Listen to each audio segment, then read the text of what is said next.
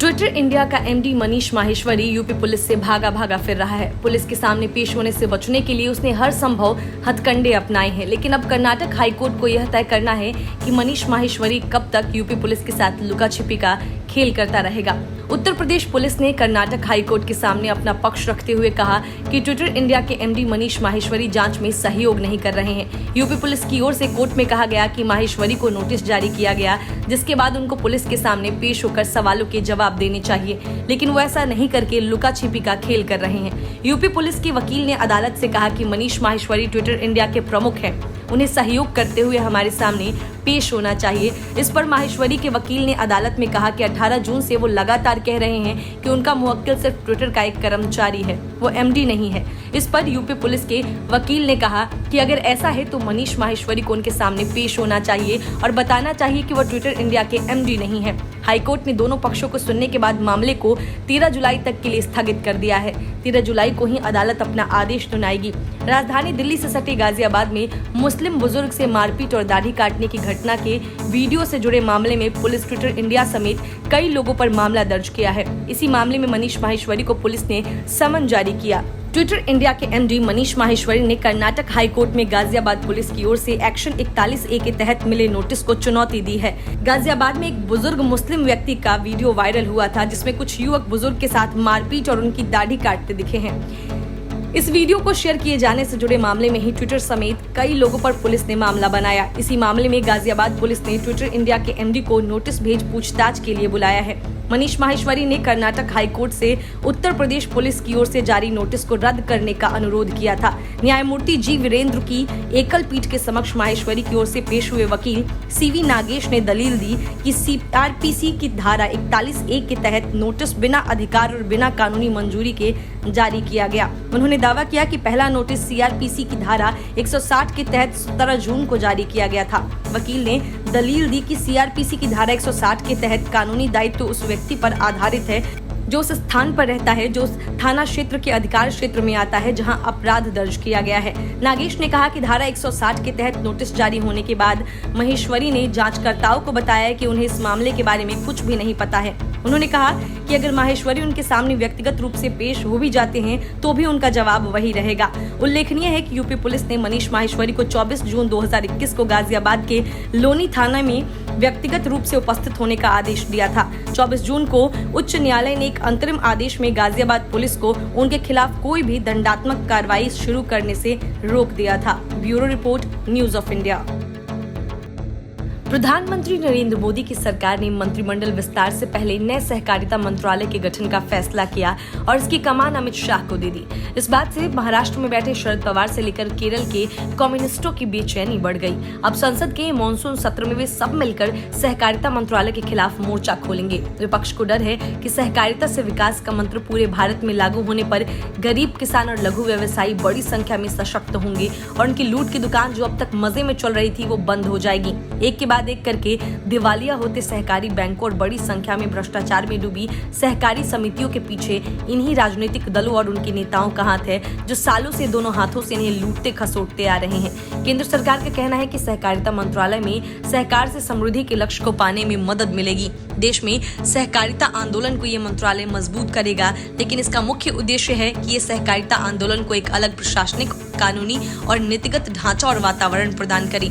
ये मंत्रालय सहकारी समितियों को जमीनी स्तर तक पहुंचाने वाले एक सच्चे जन भागीदारी आधारित आंदोलन को मजबूत बनाने में भी सहायता प्रदान करेगा। सहकारिता ऐसा आर्थिक विकास मॉडल है जहां इसके हर सदस्य को अपनी जिम्मेदारी निभानी होती है और इससे उनका और देश का फायदा होता है। देश में फिलहाल 1,94,000 कोऑपरेटिव डेयरी सोसाइटी और 330 चीनी मिल एसोसिएशन है। इसके अलावा 363 जिला सहकारी और 33 राज्य सहकारी बैंक इस काम में लगे हुए हैं। 2019 से 20 में देश में 1539 शहरी सहकारी बैंक थे। साथ ही 95,238 ऐसी सोसाइटियां थी। सवाल यह है कि आखिर विपक्ष की बेचैनी का कारण क्या है कि वो केंद्र सरकार की इस नए पहल का स्वागत करने के बजाय इसका विरोध कर रहे हैं। कांग्रेस का कहना है कि केरल, कर्नाटक और महाराष्ट्र से लेकर बंगाल तक की सहकारी संस्थाओं में भाजपा का प्रभाव बढ़ाने के लिए ऐसा किया गया है।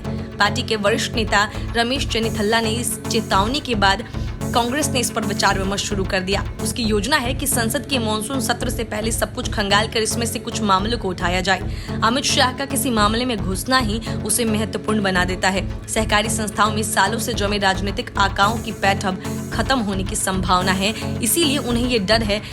कांग्रेस के अलावा वामपंथी भी तल में लाए हुए हैं। सीपीएम नेता थॉमस इसाक भी चिंतित है। उन्होंने आरोप लगाया कि अमित शाह ने गुजरात के सहकारी बैंकों पर कब्जा किया और श्वेत क्रांति के अग्रदूत जॉर्ज कुरियन को गुजरात सहकारी दुग्ध विपणन संघ से बाहर कर दिया। उन्होंने वैद्यनाथन समिति की रिपोर्ट लागू करने का भी विरोध किया।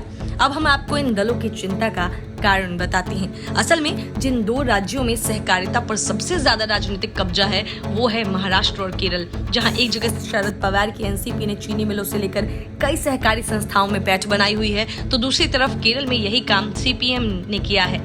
हजारों करोड़ रुपयों के इस क्षेत्र में सरकार का घुसना इन नेताओं को पसंद नहीं आ रहा है। केरल में सहकारी आंदोलन, खासकर इसका बैंकिंग क्षेत्र, वहां की सत्ताधारी वामपंथी दलों के नियंत्रण में ही है। केरल और महाराष्ट्र में सहकारी संस्थाएं वित्तीय रूप से काफी मजबूत है और उनका एक बड़ा नेटवर्क है। केरल में तो कांग्रेस का भी कुछ ऐसी समितियों और बैंकों पर अच्छा प्रभाव है। कर्नाटक, बंगाल और तमिलनाडु में भी सहकारिता एक जन आंदोलन बनकर सामने आया है और वहां भी कई वर्षों से कुछ ही खास दल कब्जा जमाए बैठे हैं। अब केंद्र सरकार इनके लिए नियम कानून बनाएगी और जनता के लिए काम होगा, जिससे इन्हें प्राइवेट कंपनियों की तरह चला रहे इन राजनीतिक दलों और चंद नेताओं का प्रभाव कम होगा। Bureau report, news of India. किसान आंदोलन जारी है और पंजाब विधानसभा चुनाव दिन ब दिन करीब आता जा रहा है। कांग्रेस सिद्धू और कैप्टन के बीच कबड्डी खेल रही है तो अरविंद केजरीवाल चुनाव मैदान में आ डटे हैं। सुखबीर सिंह बादल मायावती के साथ गठबंधन करके खुश हैं, लेकिन ऐसा नहीं कि बीजेपी हाथ पर हाथ रखकर तमाशा देख रही है। बीजेपी की तैयारियां अपनी जगह हैं, लेकिन इस बीच पीएम मोदी से कांग्रेस के राजकीय सांसद केटीएस तुलसी ने मिलकर सनसनी फैला दी है। केटीएस तुलसी कांग्रेस के करीब रहने वाले बड़े वकीलों में से एक है। इसी वजह से उन्हें राज्यसभा में कांग्रेस की तरफ से भेजा गया है। लेकिन पीएम मोदी से मुलाकात के बाद अब सवाल उठने लगे हैं कि क्या कांग्रेस को कुछ और बड़े झटके लगने वाले हैं। हालांकि कांग्रेस के वरिष्ठ राज्यसभा सांसद केटीएस तुलसी पीएम मोदी को अपनी दिवंगत मां की ओर से गुरु गोविंद सिंह पर लिखी गई एक पुस्तक भेंट करने के लिए मिले थे, लेकिन इससे राजनीतिक कयासों ने जोर पकड़ लिया है। पीएम नरेंद्र मोदी के साथ उन्हें परिवार समेत कई तस्वीरें खिंचवाई और पीएम आवास पर काफी देर तक भी ठहरे। इससे कयास लगाए जा रहे हैं कि आने वाले दिनों में केटीएस तुलसी कांग्रेस छोड़कर बीजेपी का हिस्सा हो सकते हैं। हालांकि ऐसे कयासों पर कांग्रेस की ओर से फिलहाल कोई प्रतिक्रिया नहीं आई है। पीएम नरेंद्र मोदी ने केटीएस तुलसी के साथ मुलाकात की तस्वीरें भी ट्विटर पर शेयर की। पीएम नरेंद्र मोदी ने तस्वीर शेयर करते हुए लिखा कि नामी वकील केटीएस तुलसी जी की दिवंगत मां बलजीत कौर तुलसी की ओर से लिखित पुस्तक श्री गुरु गोविंद सिंह जी की रामायण की पहली कॉपी प्राप्त हुई। इस पुस्तक का प्रकाशन इंदिरा गांधी राष्ट्रीय कला केंद्र की ओर से किया गया है। इसके अलावा उन्होंने कुछ और तस्वीरें भी शेयर की, जिनमें वह राज्य सांसद सोनल मान सिंह के साथ दिख रहे हैं। सोनल मान सिंह के पास इंदिरा गांधी कला केंद्र के ट्रस्ट के सदस्य की भी जिम्मेदारी है। हालांकि इस बाबत संपर्क किए जाने पर केटीएस तुलसी ने कहा कि पीएम मोदी को लगा होगा कि शायद मैं उन्हें पहली कॉपी दे रहा हूं, लेकिन ऐसा नहीं था। किताब की पहली कॉपी मैंने पूर्व प्रधानमंत्री डॉक्टर मनमोहन सिंह को 2 महीने पहले भेंट की थी। पीएम नरेंद्र मोदी से नजदीकियां बढ़ने के सवाल पर केटीएस तुलसी ने कहा कि ऐसा नहीं है।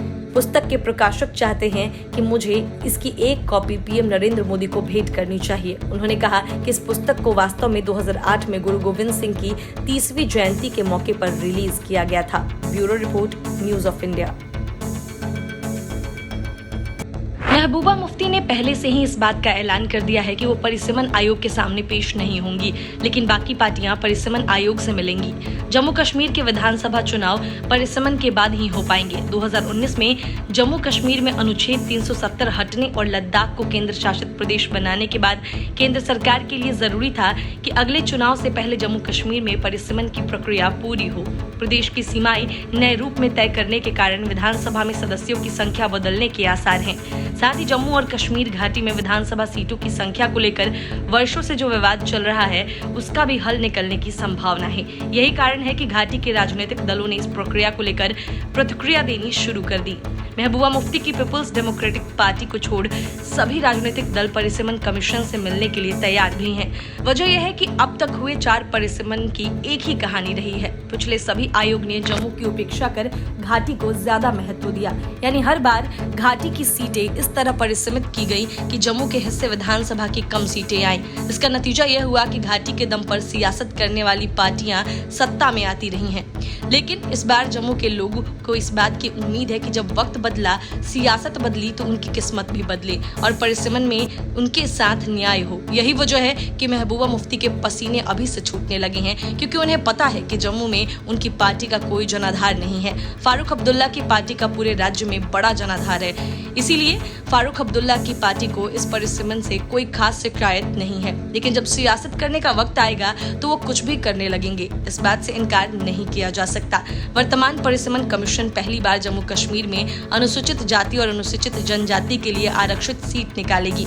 जम्मू कश्मीर में परिसीमन का आधार क्या हो, इसे लेकर राजनीतिक दलों में मतभेद है। जहां सीपीएम का मानना है कि वर्ष 2021 की जनगणना को आधार बनाया जाए, वहीं अन्य दलों के अनुसार परिसीमन की प्रक्रिया और नए सीटों को निकालने के लिए जनसंख्या को आधार बनाया जाना चाहिए।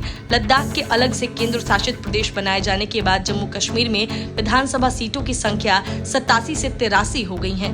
कमीशन जम्मू कश्मीर में सीटों की संख्या 90 करने वाला है। कमीशन के अनुसार उसके सदस्य राज्य में सभी राजनीतिक दलों के प्रतिनिधियों से मिल रहे हैं। कमीशन ने विश्वास दिलाया है कि अगले चुनाव से पहले वह परिसीमन संबंधित प्रक्रिया पूरी कर लेगा। जम्मू कश्मीर में होने जा रहे इस परिसीमन का राजनीतिक महत्व इसलिए भी है क्योंकि कयास लगाए जा रहे हैं, इससे जम्मू के लोगों की वर्षों पुरानी शिकायत को दूर करने की दिशा में कोई कदम उठाया जा सकता है। यह बात शायद घाटी के राजनीतिक दलों के लिए सुखद न हो। Bureau report, news of India. Ladakh सीमा पर भारत के साथ सांप सीढ़ी का खेल खेल रहे चीन को पीएम मोदी ताबड़तोड़ झटके पर झटका देते जा रहे हैं। पीएम मोदी के झटकों से चीन की परेशानी काफी बढ़ गई है। रही सही कसर यूरोपीय यूनियन ने चीन में होने वाले ओलंपिक खेलों के बहिष्कार की घोषणा करके पूरी कर दी है। असल में पीएम नरेंद्र मोदी ने वियतनाम की कम्युनिस्ट पार्टी के नेता फाम मिन्ह चिन को प्रधानमंत्री बनने पर बधाई दी। साथ ही वियतनाम कम्युनिस्ट पार्टी की सालगिरह की भी शुभकामनाएं दी। उन्होंने भारत आने का न्योता भी दिया। लेकिन करीब एक हफ्ते पहले सीपीसी यानी कम्युनिस्ट पार्टी ऑफ चाइना की स्थापना के शताब्दी समारोह पर उन्हें न तो कोई ट्वीट किया और न कोई संदेश दिया। इतना ही नहीं, 2 दिन पहले दलाई लामा के जन्मदिन पर भी पीएम ने शुभकामनाएं दी थी। इससे चीन को मिर्ची भी लगी थी। बधाई डिप्लोमेसी के जरिए पीएम मोदी चीन को लगातार संदेश दे रहे हैं। पीएम ने फाम मिन्ह चिन को पीएम बनने की बधाई देते हुए विश्वास जताया उनके कुशल निर्देशन में दोनों देशों के बीच व्यापक सामरिक साझेदारी और भी मजबूत होगी। प्रधानमंत्री ने ट्वीट करके बताया कि वियतनाम के पीएम HE फाम मिन्ह चिन के साथ फोन पर बात की। हमने व्यापक रणनीतिक साझेदारी के सभी पहलुओं की समीक्षा की, भारत प्रशांत के लिए साझा दृष्टिकोण को दोहराया, UNSC सहित निकट सहयोग बनाए रखने पर सहमति जताई। इसके पहले प्रधानमंत्री कार्यालय की ओर से जारी एक बयान में कहा गया कि दोनों नेताओं के बीच फोन पर वार्ता हुई। इस दौरान द्विपक्षीय संबंधों की प्रगति की समीक्षा की गई, साथ ही सहयोग के विभिन्न मुद्दों पर विचारों का आदान प्रदान भी हुआ। पीएमओ के मुताबिक प्रधानमंत्री मोदी ने एक खुले, समावेशी, शांतिपूर्ण और नियम आधारित हिंद महासागर क्षेत्र को लेकर दोनों देशों के समान विचारों का हवाला देते हुए कहा कि भारत वियतनाम व्यापक सामरिक साझेदारी क्षेत्रीय शांति, समृद्धि और विकास को बढ़ावा देने में योगदान दे सकती है। इस संदर्भ में प्रधानमंत्री ने हवाला दिया कि भारत और वियतनाम संयुक्त राष्ट्र सुरक्षा परिषद के सदस्य भी हैं। बातचीत के दौरान प्रधानमंत्री मोदी ने भारत में कोविड-19 की दूसरी लहर के समय वियतनाम की ओर से की गई सहायता के लिए धन्यवाद भी दिया। साथ ही दोनों नेताओं ने सहमति जताई कि वे इस महामारी का मुकाबला करने के लिए विचार विमर्श और एक दूसरे का सहयोग करना जारी रखेंगे। पीएमओ ने कहा कि दोनों प्रधानमंत्रियों ने द्विपक्षीय संबंधों की प्रगति की समीक्षा की और सहयोग के विभिन्न क्षेत्रों में विचारों का आदान प्रदान किया। पीएमओ ने कहा कि वर्ष 2022 में दोनों देशों के बीच कूटनीतिक रिश्तों की स्थापना की 50वीं वर्षगांठ होगी। दोनों नेताओं ने इस महत्वपूर्ण उपलब्धि को धूमधाम से मनाने पर सहमति जताई। प्रधानमंत्री मोदी ने अपने वियतनामी समकक्ष को भारत आने का भी निमंत्रण दिया। वियतनाम और चीन के बीच समुद्री क्षेत्र को लेकर काफी समय से विवाद है। चीन की विस्तारवादी नीतियों का वियतनाम विरोध करता रहा है। दोनों देशों में 1979 में जंग भी हो चुकी है। Bureau report, news of India.